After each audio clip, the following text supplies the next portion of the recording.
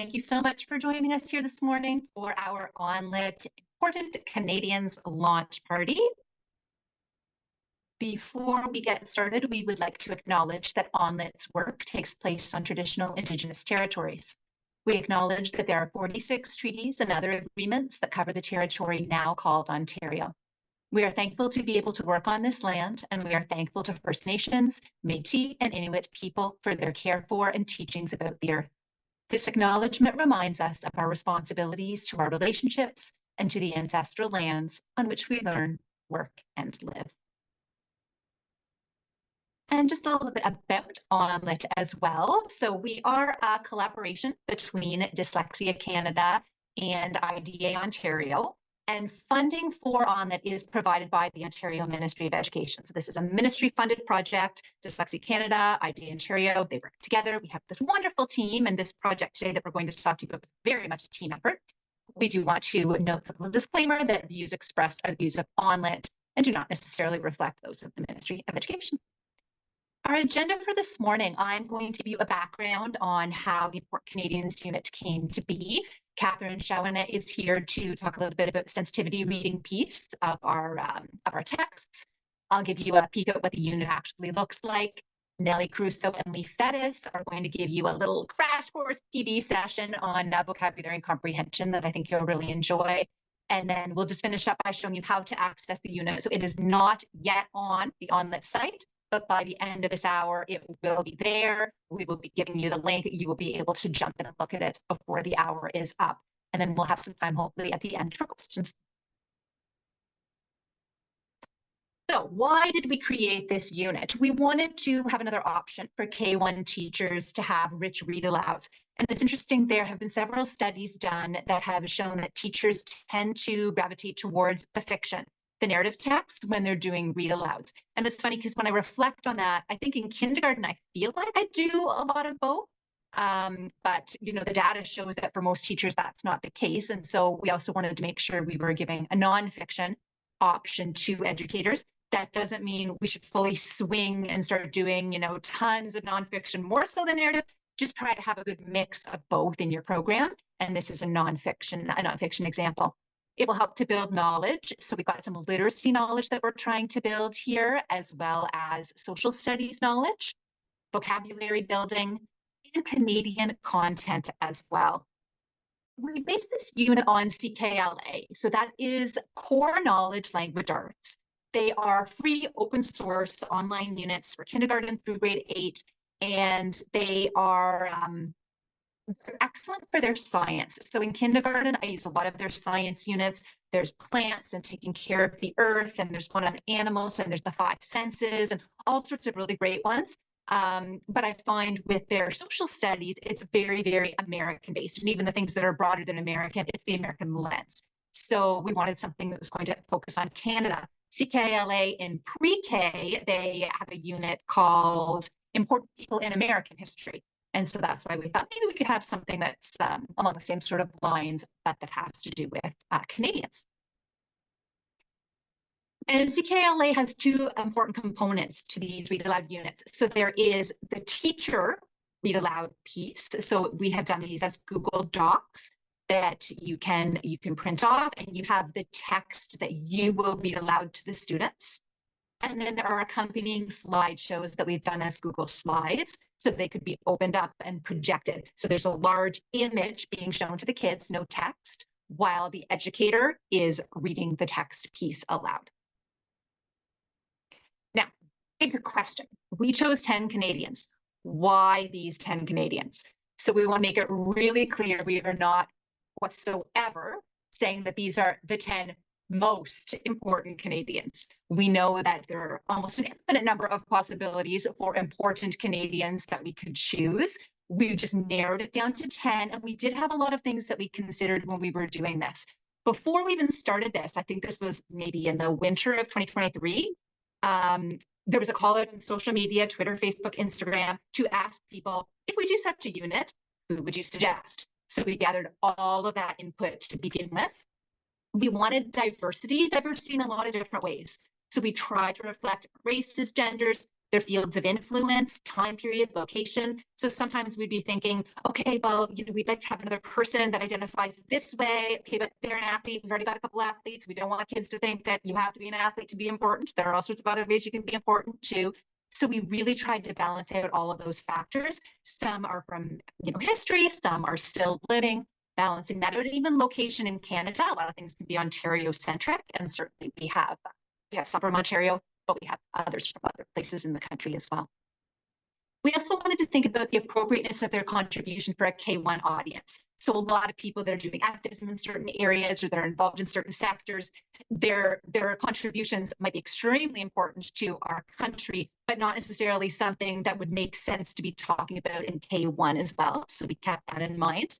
And another really important one, we have all sorts of suggestions of people that are maybe a little less known, and it would be really great to kind of amplify their voices and what they're doing. But the problem is, if they're really unknown, it might have been difficult to access enough information that we needed. And also, you might think that if you just reached out, people would give information, but we found with the 10 that we did, it wasn't always the case. So we couldn't count on that piece. So we needed to be able to, online, find enough information to create these lessons, but also to be able to find photos that we would be able to use, with copyright permission and that sort of thing, to fill in the images for the slideshows.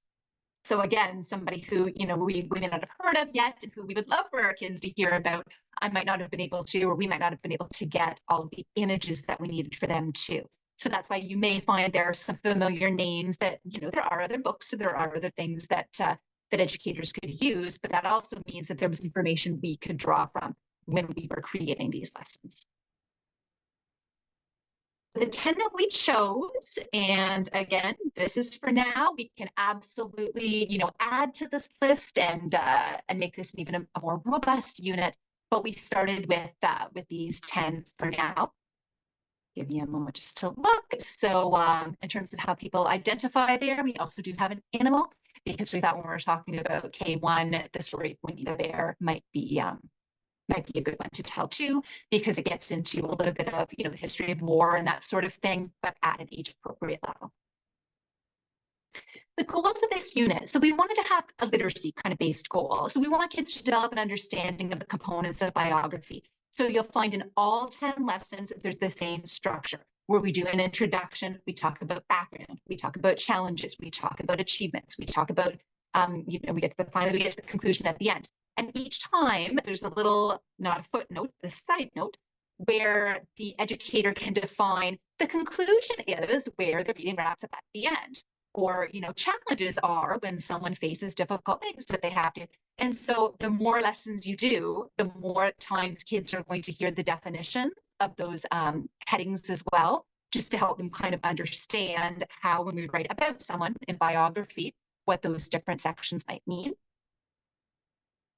By the end of the unit, we want kids to be able to name several important Canadians and describe their contributions, and to describe character traits of people who have positively impacted our country and connect that to their potential to impact their community too. And so that's where this social studies piece comes in. A little bit later on, we'll be showing you a front matter document that is in the folder along with those 10 lesson folders, and just talking a little bit about sort of the links to social studies.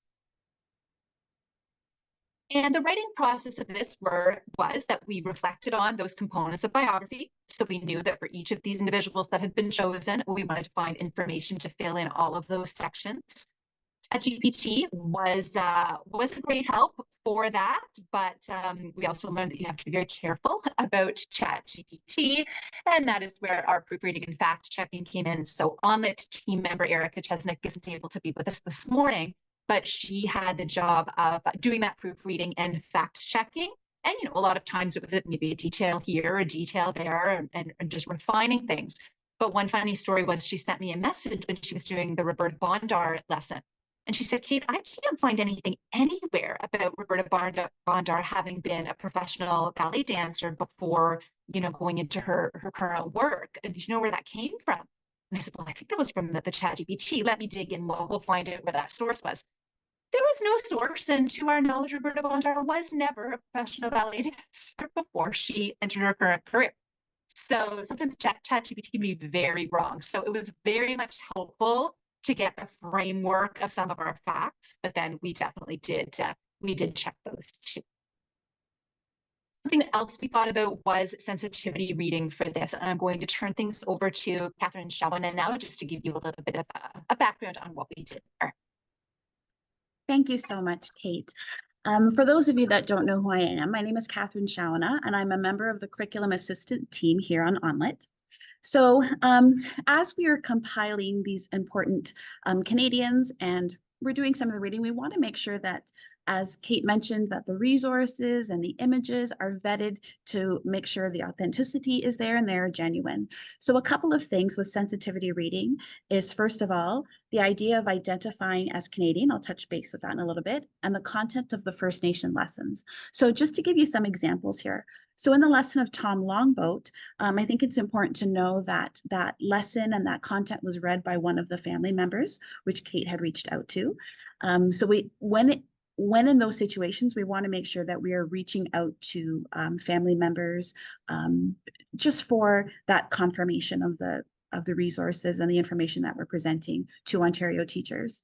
Another example would be Saint Kateri was vetted by myself with the following suggestions. Obviously, she's from a time she's no longer with us, and it would be very challenging to go back and vet some of those things, but we want to be mindful of, for example, the wording related to the impact of settlers, things like ensuring that the graphics are accurate and they represent the specific First Nation community and our nation.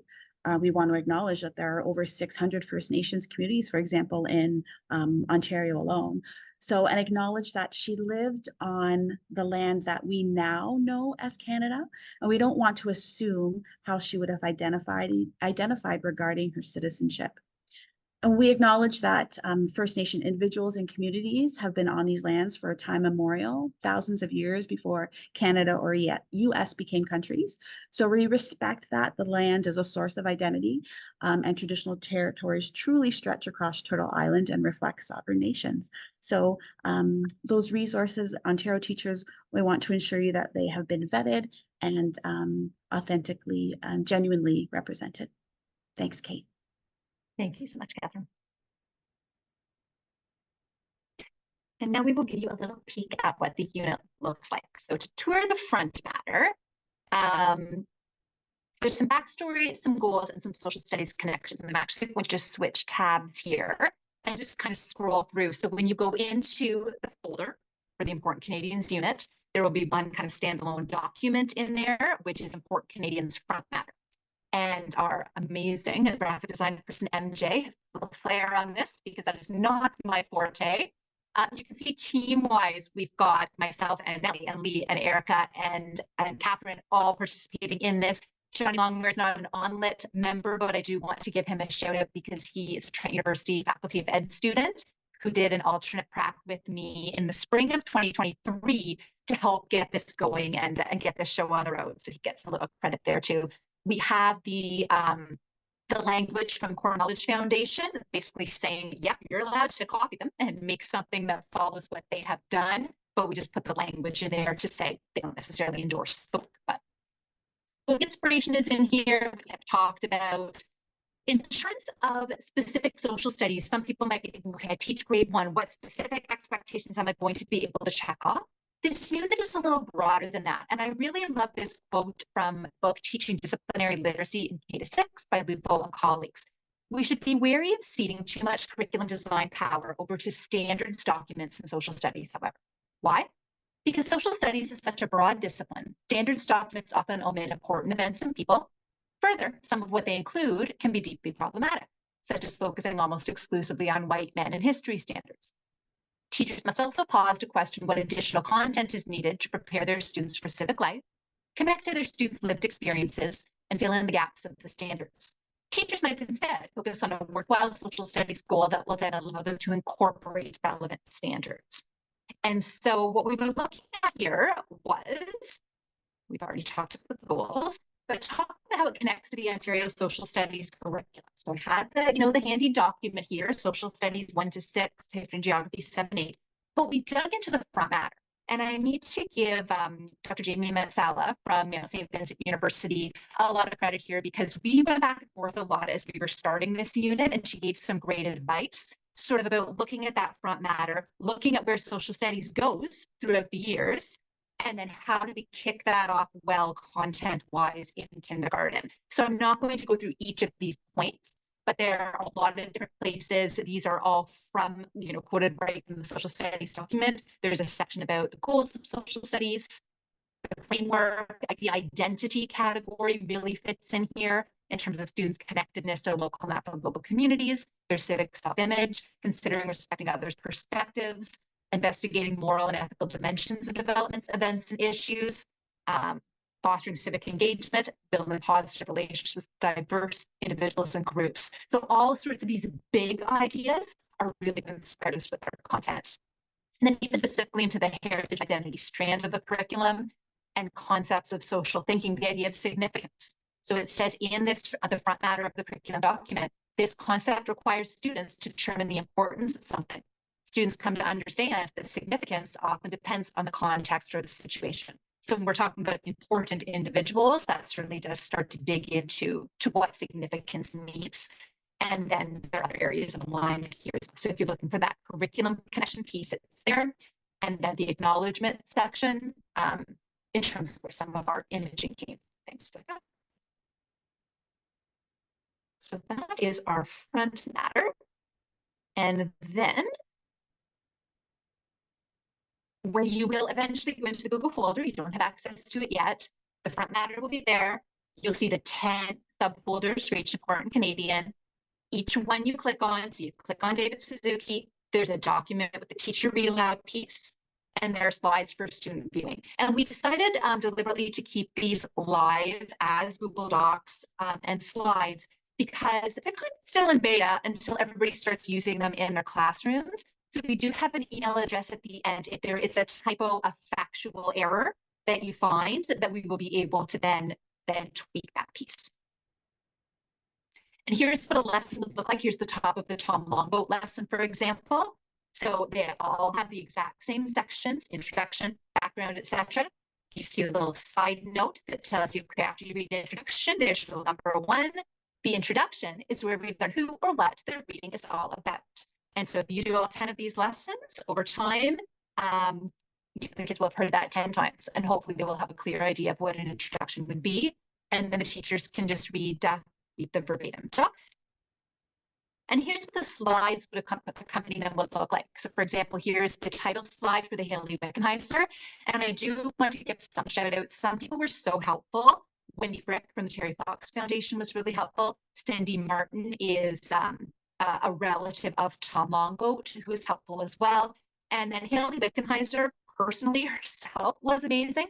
I was sitting with my husband at dinner one night and said, oh, sorry, just a second, I just got an email from Haley Wickenheiser, so I have to get this, because she was amazing about, she read through the lesson herself, suggested some, things that she'd like to see added and whatever, which was amazing. If Canadian children are going to be learning about her, it's wonderful that she had some say in what they'll be learning. And she also gave access to folders and folders of photos that we could just use. And in some cases, it was really hard. We actually had to purchase some images for some of these units. But in this case, she was amazing. So that was really fun. And this is what a title slide would look like. Again, thank you so much to MJ, who did the graphic design for these. When I did them, the title slide was just plain white blue slide that said Haley Wickenheiser on it. And this is what she turned it into. It's amazing. So not only do we have the reading, but after the reading, we have lesson components for you. And I'm going to turn things over now to Leigh Caruso and not Leigh Caruso. I just made them a couple. Leigh Fettes and Nellie Caruso, who worked on the vocabulary and comprehension pieces for these lessons, which was a ton of work too, a major part of this team collaboration. And they are going to walk you through how that works and how you can use this. Thanks, Kate. I'm so excited to be able to share this today. So yes, Leigh and I will be taking you through some of the components and sprinkling in a little bit of PD along the way so that we have kind of that why thread running through the back of our minds as we dig into the unit a little bit. So As Kate said, after every text that's read aloud with images being projected, there are 2 sections for follow-up work. First, there's a series of comprehension questions, and then explicit vocabulary work, which includes a routine as well as some additional activities. So we're going to be showing you some samples in a moment from a variety of different individuals and sections from the unit.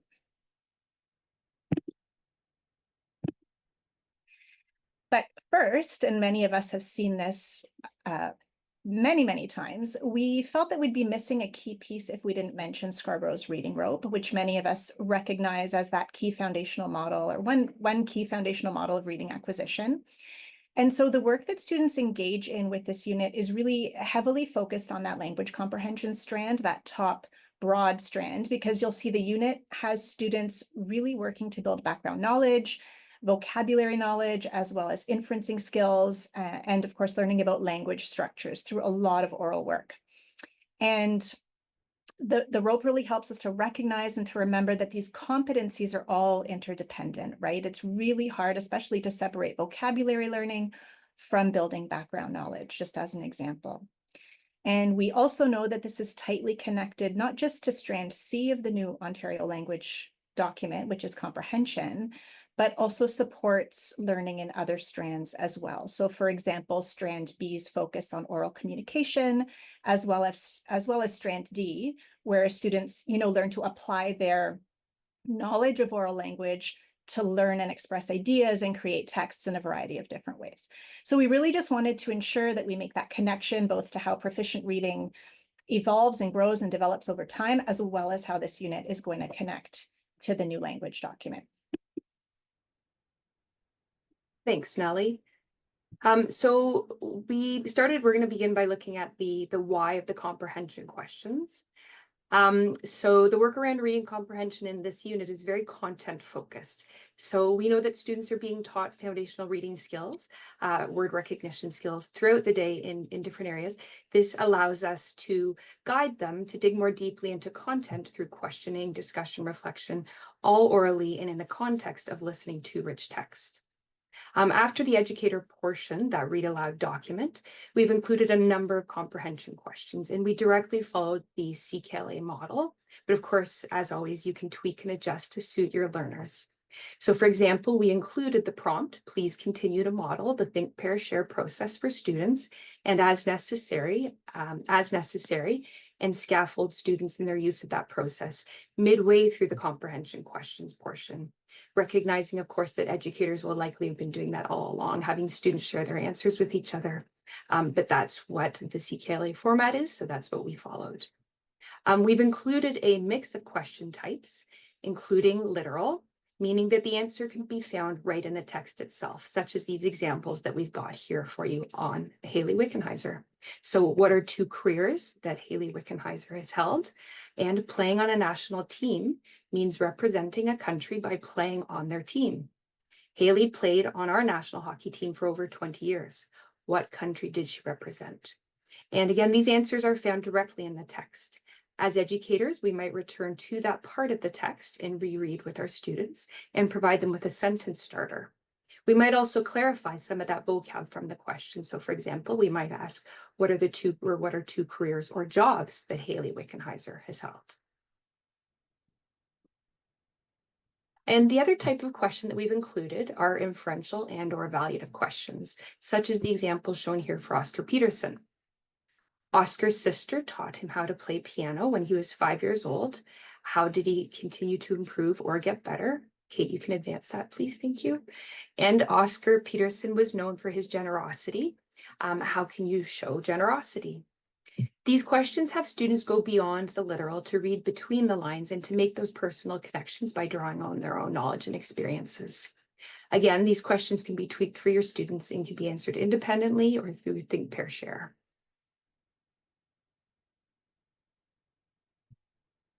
So after the comprehension questions, we move into vocabulary or word work. But before we share some of the examples from that, we want to touch on the why of this part. And again, think back, of course, to Scarborough's reading rope. We know that background knowledge and vocabulary, particularly those tier 3 words, which we're going to go into as a bit of a review momentarily, are so tightly interwoven that it's hard to address one without the other. But additionally, we've also chosen words that can help to create networks of word meanings and that will support comprehension and learning about our multiple important Canadians, or the tier 2 words. And we're going to review those just momentarily. But first, we just wanted to remind you about how important this vocab building is for a child. So vocabulary building plays an important role in learning to read. It is said that comprehension and vocabulary go hand in hand. Strong and well-developed vocabulary knowledge sets the stage for strong and efficient reading comprehension. And a bit more tightly linked to the quote you see here, vocabulary trajectories tend to be set early in a child's life, much like other reading and language trajectories. The size of a student's kindergarten vocabulary is predictive of their reading comprehension in the junior and intermediate years.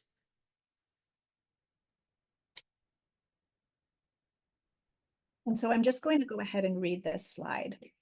To establish strong, lasting representations of word meanings, students need to have repeated exposures to new vocabulary in supportive contexts.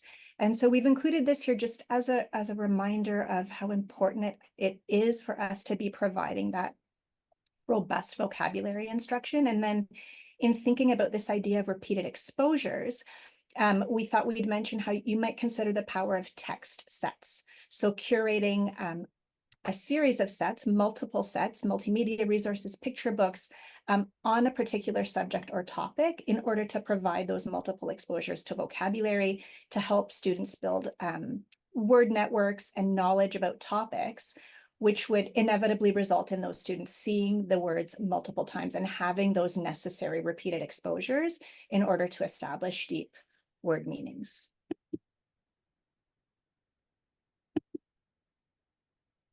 And so just one final slide as we continue thinking about the why here. Knowing a word's meaning assists with accurate and fluent word decoding and recognition. Vocabulary or knowing a word's meaning is important also because research has shown that a reader spends less time and mental effort recognizing a word whose meaning is known to them than one that is unfamiliar. So vocabulary knowledge also supports that decoding piece, that sound symbol connection that happens when students are applying their phonics skills to decode words. It also has to attach to meaning. So we need the word's pronunciation linked to its spelling and to its meaning. And this is how words become orthographically mapped, if you've heard the term orthographic mapping, or this is how they become stored for that permanent automatic retrieval. And of course, we want lots and lots of those words because the more words we recognize on site, the more energy can go to fluent reading that results in comprehension. And so just coming back to this idea that knowing a word's meaning is an essential part of how a word becomes a sight word.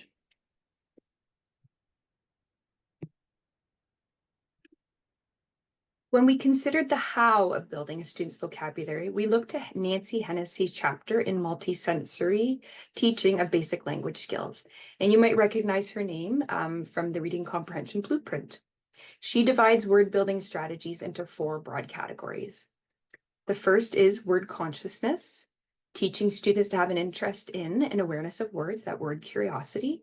And that can be through very positive displays by us about the interest and curiosity in words. Number 2, independent word learning. So once students can access text for meaning on their own, they employ strategies to infer and determine meaning. And in fact, this is the prime contributor to developing vocabularies. And it is why reading volume really matters.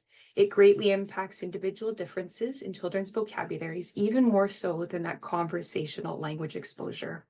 And so, for example, this might include building a student's morphological knowledge so that students can independently solve word meanings.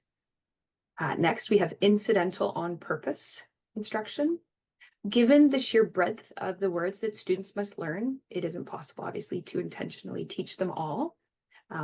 However, incidental on purpose instruction is that brief and quick instruction that occurs in the moment as words come up. So for example, during read alouds or lessons, and it might be the verbal telling of words, it might be providing a bit of an action that goes with the word.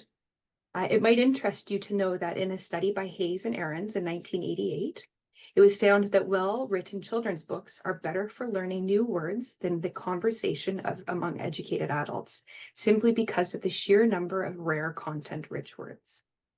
And doing this allows students to listen to text at their listening comprehension level, so that they have access to this academic vocabulary until they're able to read it in on their own. And that can obviously be a great thing for our struggling readers as well as our younger ones. And finally, the focus of this unit, which is that intentional on-purpose instruction. We can only teach so many words thoroughly, and this explicit instruction is not the way that we learn actually most of our words. Most are learned through the other three ways that we've mentioned. However, explicit instruction of some words is absolutely essential. Intentional on-purpose instruction is the direct teaching of individual words.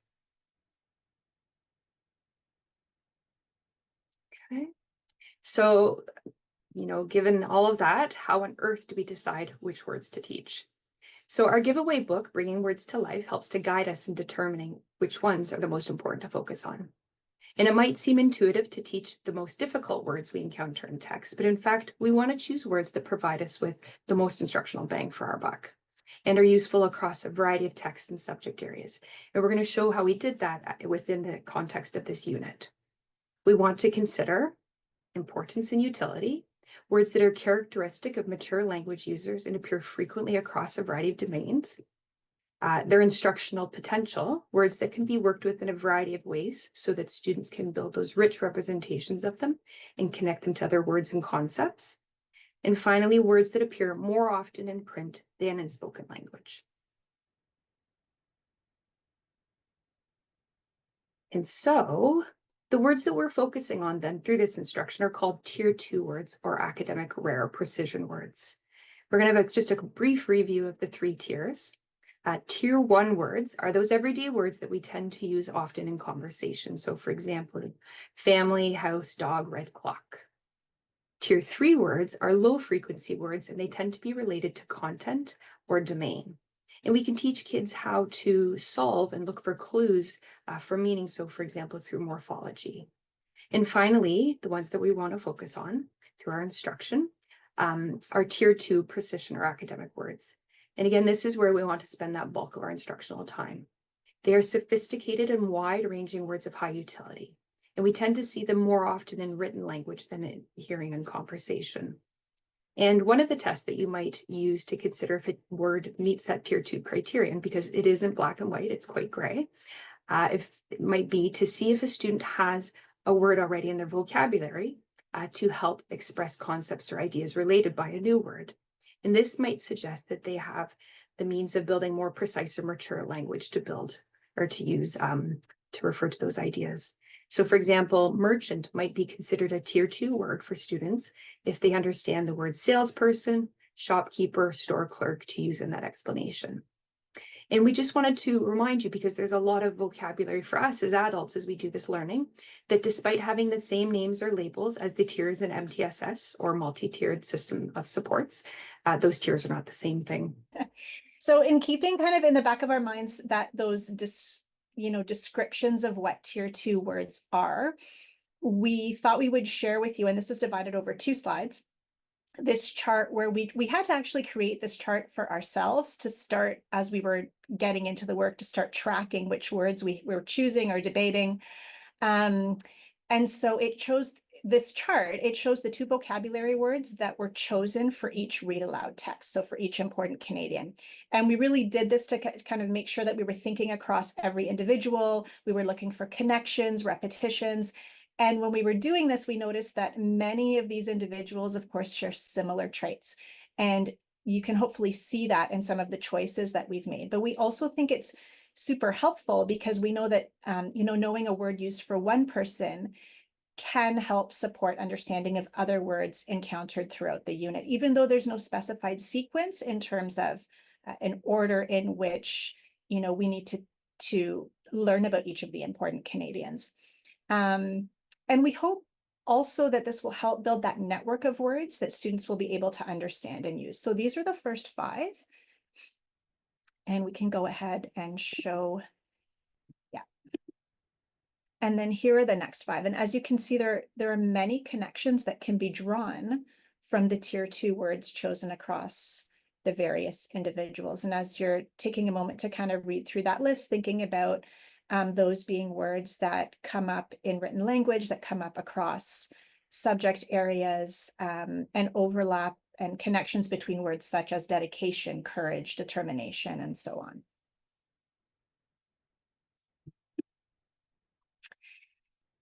In the follow-up portion, after the comprehension questions, as we've mentioned, you'll find the word work section, which includes an explicit vocabulary routine for both of those words, as well as an activity which will either be called making choices or an antonym activity, and that's for every word. So, before moving on, we always want to remember that we know our own students best. And so this can be a really long stretch of time. There could be a lot of sitting. And so feel free to break it up over the day or break it up over more than one day. And just always remembering that, we have that option to use our professional judgment to make decisions that work best for our specific context.